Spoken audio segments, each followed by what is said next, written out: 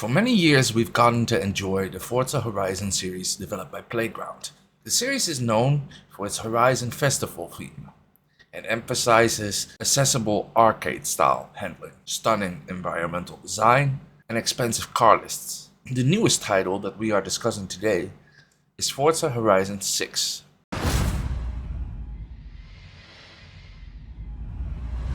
Over the years, we've been going across the world. The original was set in Colorado, the second was set in southern France and Italy. In 2016, we got to enjoy the various landscapes of Australia. Ford brought us to Great Britain and introduced us to the new feature called Dynamic Seasons that changed gameplay and visuals. And lately, we visit Mexico with Forza Horizon 5, known for its diverse, expansive map and continued content updates. Now, Forza 6 brings us a step further, with the largest map yet and a return to a more urban-focused neon-lit theme in Japan.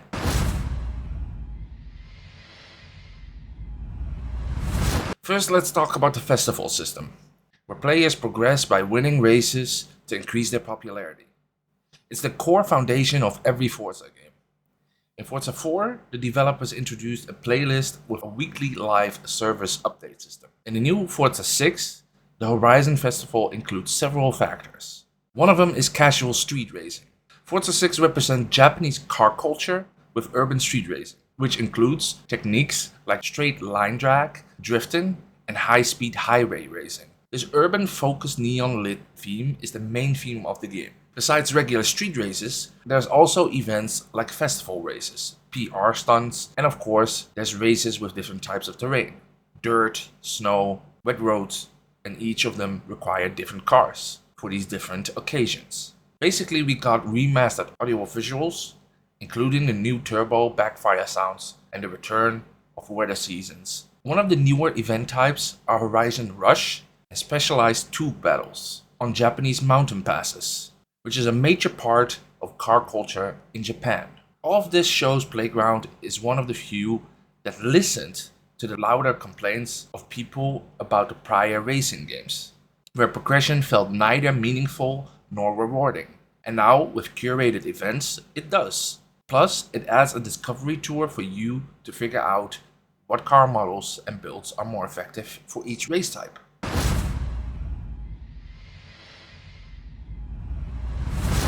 The festival system, of course, comes along with a campaign. At the beginning of the game, you pretty much get to experience this throughout a tutorial. The moment you load up the game, you'll get the opportunity to get used to what button to brake with, how to hit the gas, and so on. You start off with a simple street race, where the game teaches you to keep speed during blue arrows and to slow down when they turn red. After a while, the game shifts scenes, and you are now starting a rally race in the mountains while it snows. This is also an introduction towards the weather seasons Forza brought back. The entire map gets affected by it too. You'll also notice, during your race to the Alps, there's a few jumps when speeding over hills. Once you hit the finish line, the game shifts scenes again. This time, you're racing on a mountain pass, where you learn to drift around corners. After a while, the game shifts scenes one more time to introduce you to the fourth race type of the game, Time Attack, where everything is about speed records. Then you start off with the campaign, where players start as tourists and get an invitation to join the festival as a rookie to become potential legends.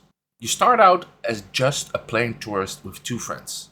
You got Jordan, who's another racer, and May, who's an experienced Japanese car builder.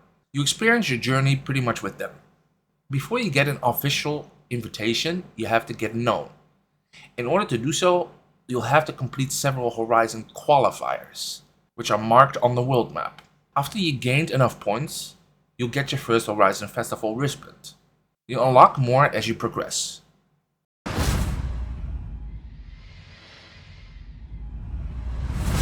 Then let's talk about the car collection and the customization.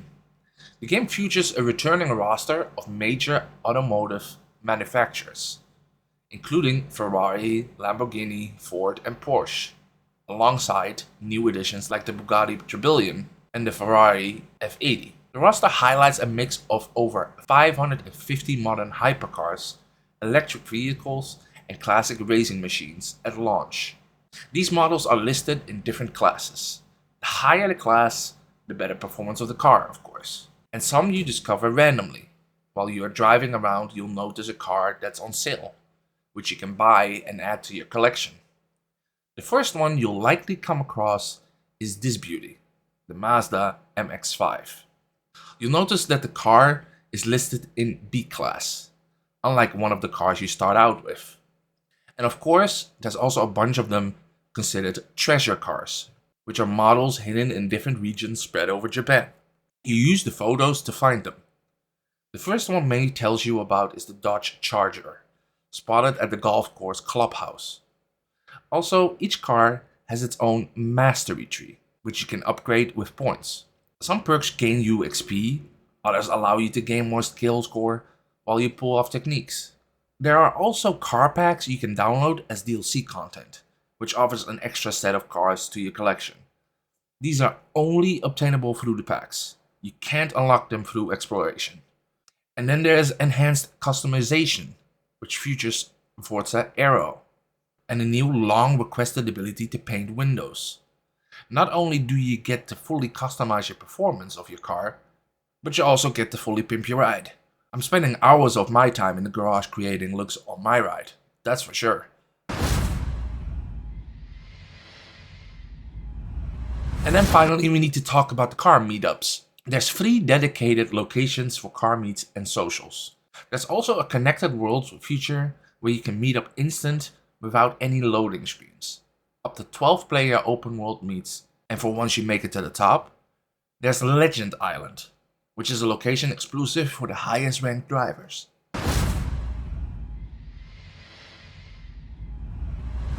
From the iconic downtown streets of Tokyo City all the way to the snowy Japanese Alps, Forza 6 introduces us their most dense and vertical map yet. It includes world-famous routes inspired by the C1 loop and Ginkgo Avenue, as well as mountain passes. The map is full of beautiful landscapes and stunning contrasts of urban, modern, and traditional, diverse biomes, seasonality, and driving experiences. And you get to explore them as you go. In fact, you get rewards for discovering them. By either driving by venues, taking pictures of special places, collecting mascots, spotting cars that you can add to your collection, even food deliveries. The game has a lot to unfold during your time in Japan. I already have a strong feeling it's going to be considered one of the best racing games in years.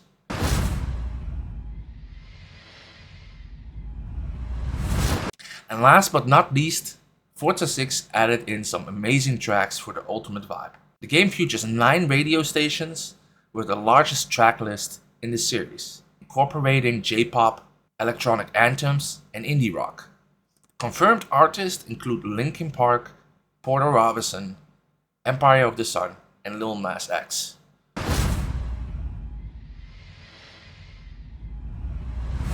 With the usual core content for any Forza game and the upgrades given to it, I think Forza Horizon 6 deserves a solid 9. With the cultural events, locations, and track list, the game lets you experience the ultimate feel of neon-lit Japan.